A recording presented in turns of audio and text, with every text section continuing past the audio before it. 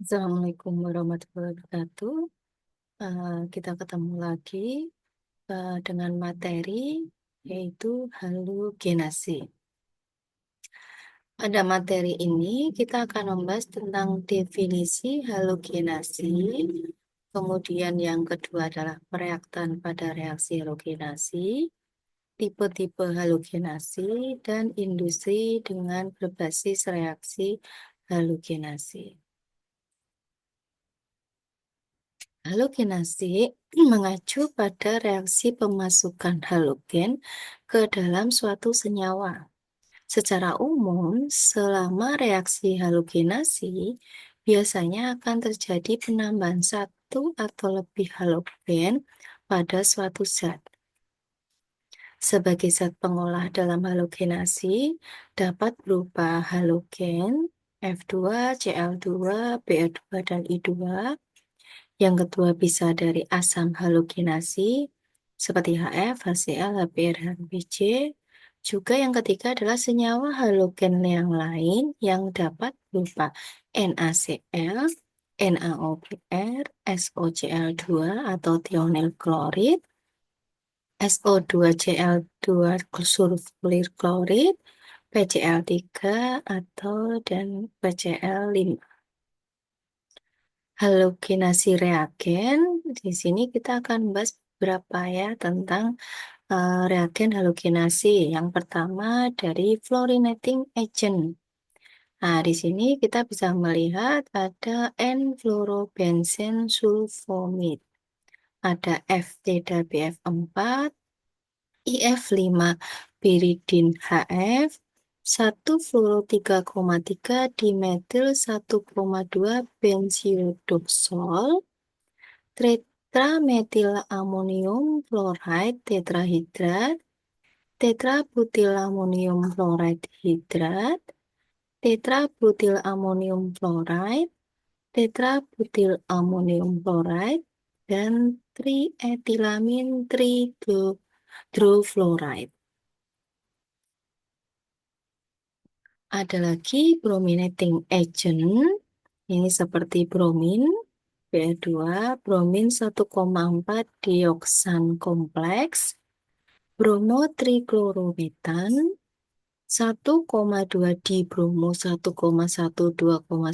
tetrachloroetan, karbon tetrabromide, tetrabutylamonium tribromide, trimethylphenylamonium tribromide, bensil trimethyllamonium tribromide. Kemudian ada chlorinating agent, thionil chloride, metasulfonil chloride, trichlorometasulfonil chloride, terbutil hipochloride, dichloromethyl methyl ether, methoxyacetyl chloride, oxalil chloride, dan cyanuric chloride. Ada lagi iodinating agent seperti iodin, hidriodic acid, karbon tetraiodid, 1 kloro 2 iodoetan, N, dimetil N atau metil sulfanil metilen, amonium iodida, N-iodosuccinid atonis, N-iodopetalimid, N-iodosakarin. Reagen pada proses halogenasi yang pertama N-bromosuccinid atau NBS. NBS adalah agen brominasi selektif yang biasa digunakan untuk reaksi brominasi alilik dan bensilik. Kemudian ada gas klorin dan brom sering digunakan untuk reaksi halogenasi radikal. Kemudian ada hidrogen peroksida dan hidroklorik asid. Campuran kedua reagen ini dikenal sebagai sistem HCl-H2O2. Oksidan hijau AK adalah zat klorinasi ringan dan selektif yang digunakan untuk senyawa aromatik alifilik. Sodium hipochlorite atau natrium hipoklorit adalah zat fluorinasi ringan dan selektif yang biasa digunakan untuk mensintesis senyawa yang mengandung hipoklorit.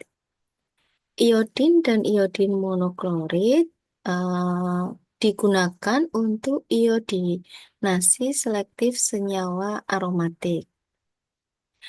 Perak fluorida adalah zat fluorinasi selektif yang sering digunakan dalam sintesis obat-obatan berfluorinasi. Reaksi halogenasi sangat berguna dan mempunyai cakupan luas dalam kimia sintetik. Reaksi halogenasi penting dalam sintesis kimia. Dan zat antara yang dihasilkan melalui proses ini banyak digunakan dalam produk seperti polimer dan plastik, zat pendingin, penghambat api, bahan tambahan bahan bakar, dan produk pertanian. Hasil suatu halogenasi yang berupa senyawa halogen mungkin berupa suatu hasil akhir, tetapi dapat pula hanya merupakan hasil antara untuk dikenakan proses lebih lanjut menjadi hasil yang lain. Contoh produk akhir dari proses halogenasi adalah freon, media pendingin dalam refrigerator. Saya rasa kita sudah umum ya mendengar freon begitu. Kemudian contoh produk halogenasi yang merupakan hasil antara itu klorobenzen, bahan dasar untuk DDT insektisida.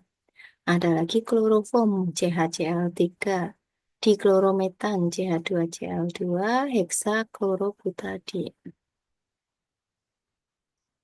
Dalam bidang farmasi, atom fluor atau klor ditambahkan ke dalamnya molekul untuk meningkatkan efektivitas aspek terapeutiknya. Selain itu, bahan kimia komersial penting dihasilkan dari reaksi halogenasi. Misalnya, kloroform difluorinasi untuk menghasilkan klorodifluorometan dan kemudian diubah menjadi fluoroetilen dan dipolimerisasi untuk menghasilkan PTFE. Contoh umum lainnya yang dapat kita lihat adalah penambahan halogenasi etilen dengan klor untuk membentuk dikloroetan yang selanjutnya dipolimerisasi untuk menghasilkan PVC. Polivinil klorida atau PVC adalah plastik yang terbuat dari vinil klorida, gas yang berpolimerisasi. PVC ini juga digunakan dalam konstruksi untuk pipa, kusen jendela, karpet, dan lantai. Flame retardant digunakan pada tekstil, furnitur, kabel karet, insulasi, dan peralatan elektronik untuk menunda atau mencegah suatu material terbakar. Kloroparafin digunakan dalam cairan pendingin, pelumas, cat, plastik, karet, benih pertanian, kulit, batu, pengawet kayu, air menara pendingin, tali, dan kertas. Klorofenol ditemukan dalam plastik, tekstil, kayu, dan produk bangunan. Sukralosa pemanis non-nutrisi yang mengandung 3 atom klorin ini dipasarkan sebagai spelda dan atau sekitar 600 kali lebih manis dari sukrosa. Untuk bidang farmasi, banyak obat-obatan merupakan senyawa organik terhalogenasi. Diazepam ya, obat anti cemas yang mengandung klorin, juga fluorosetin, antidepresan yang mengandung fluor. Tipe-tipe halogenasi ada beberapa macam. Jadi halogenasi ini dapat terjadi dalam beberapa cara untuk senyawa organik maupun senyawa anorganik.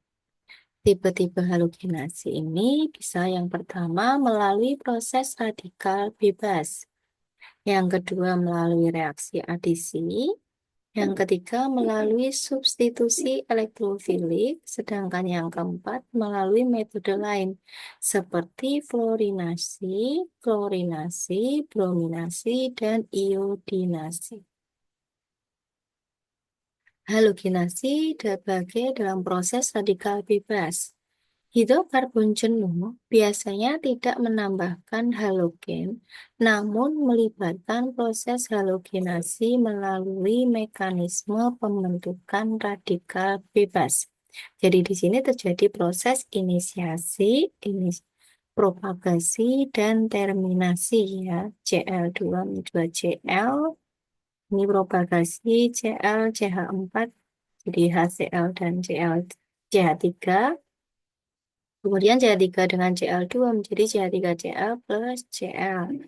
Sedangkan pada proses terminasi, Cl dengan Cl menjadi Cl2, CH3 dengan CH3 menjadi CH3CH3, ikatan Cl dan CH3 menjadi CH3Cl.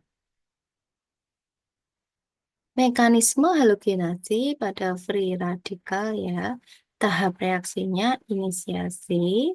Jadi pembentukan reaktif intermediate atau zat antara reaktif. Reaktif intermediate spesies berumur pendek yang bereaksi secepat proses terbentuknya senyawa tersebut. Yang kedua, tidak pernah hadir di dalamnya konsentrasi tinggi. Jadi di sini klorin menjadi klorin plus radikal.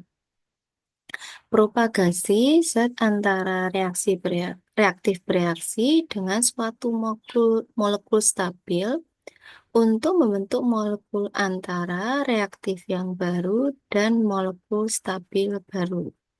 Berlanjut proses ini sampai reaktan habis. Terminasi reaksi samping yang menghasilkan reaksi intermediate. Di sini akan terjadi memperlambat atau menghentikan reaksi ya. Di samping ini ada satu step 1, 2, 3 dari klorinasi metana. Nah, ini ya. Kemudian halogenasi alkana, dalam halogenasi alkana terjadi reaksi rantai yang dapat mengikuti mekanisme radikal bebas. Hal ini disebabkan alkana stabil sehingga untuk memecah diperlukan suhu yang tinggi. Pada suhu tinggi sulit terjadi ion. Mekanisme ion biasanya terjadi pada fase cair.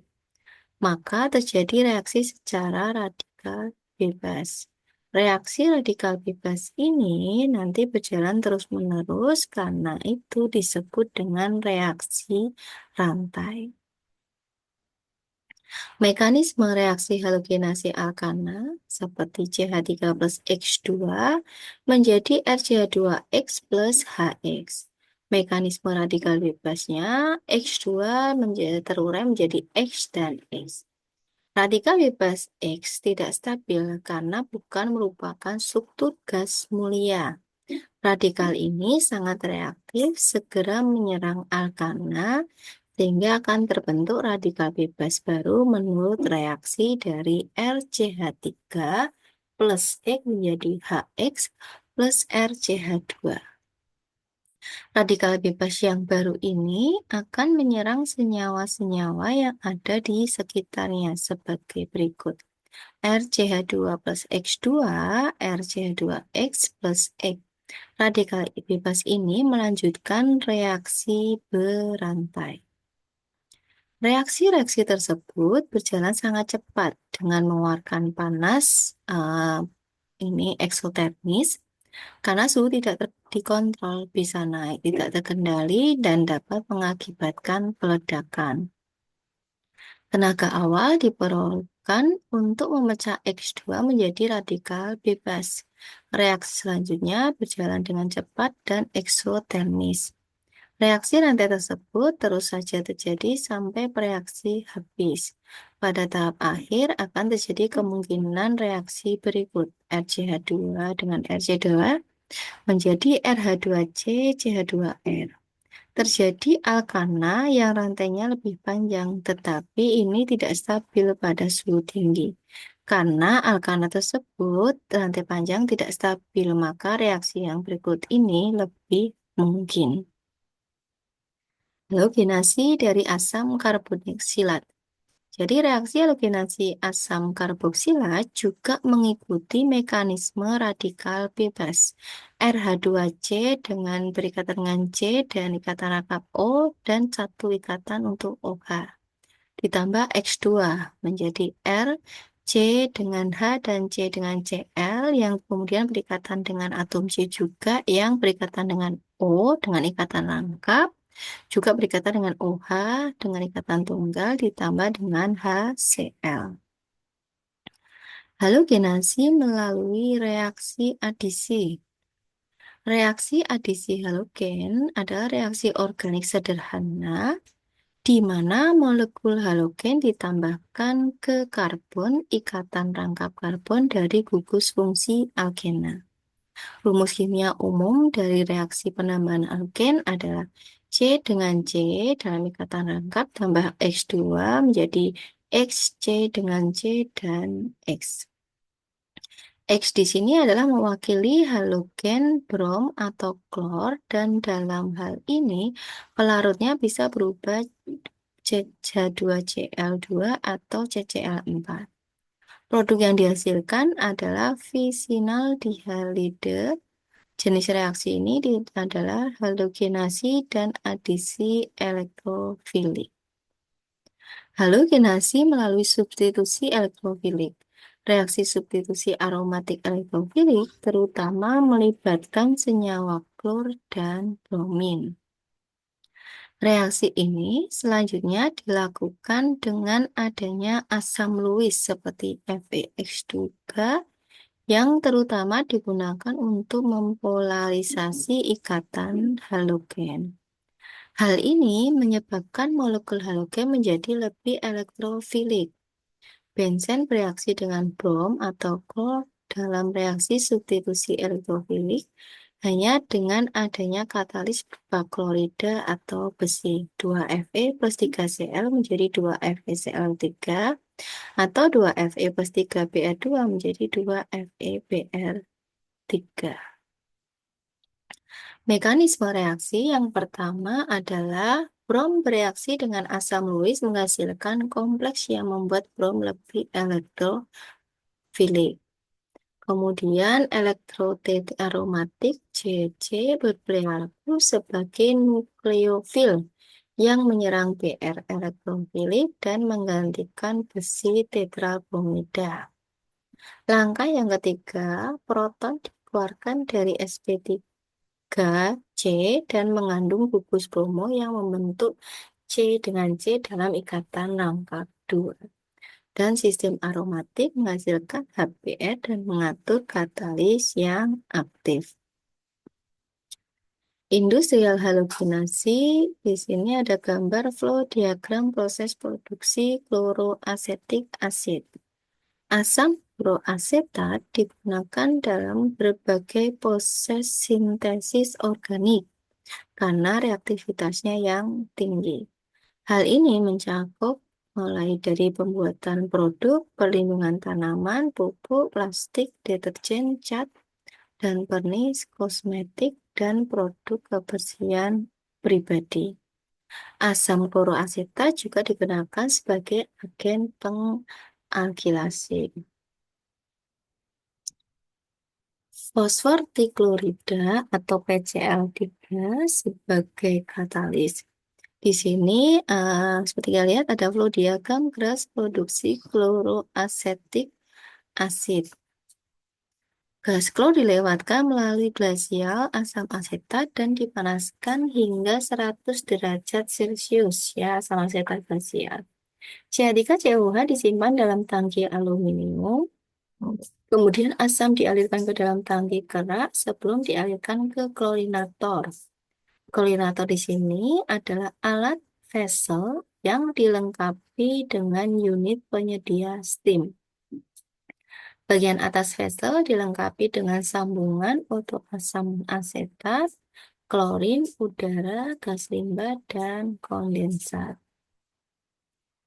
Gas-gas yang tidak dapat terkondensasi terperangkap sementara kondensat dikembalikan ke klorinator di bawah permukaan campuran reaksi. Air garam ditutup dengan kondensor reflux berjaket dari klorinator akhir yang bersebelahan. Gas dialirkan ke dalam klorinator yang baru diisi untuk menyerap HCl, asetil klorida, dan asam asetat yang dilepaskan. Setelah penyerapan selesai, klorinator dipanaskan hingga 100 derajat Celcius dan klorin dimasukkan dengan kecepatan tinggi 40-60 pon per jam. Selama tahap pertama pengoperasian, sirkulasi air garam melalui sistem kondensor reflux harus dibatasi untuk menghindari kristalisasi asam asetat. Ketika klorinasi berlangsung, jumlah penyulingan asam asetat berkurang dan sirkulasi air garam dapat ditingkatkan. Nah, dari ini materi yang saya sampaikan, semoga bermanfaat. Terima kasih. Wassalamualaikum warahmatullahi wabarakatuh.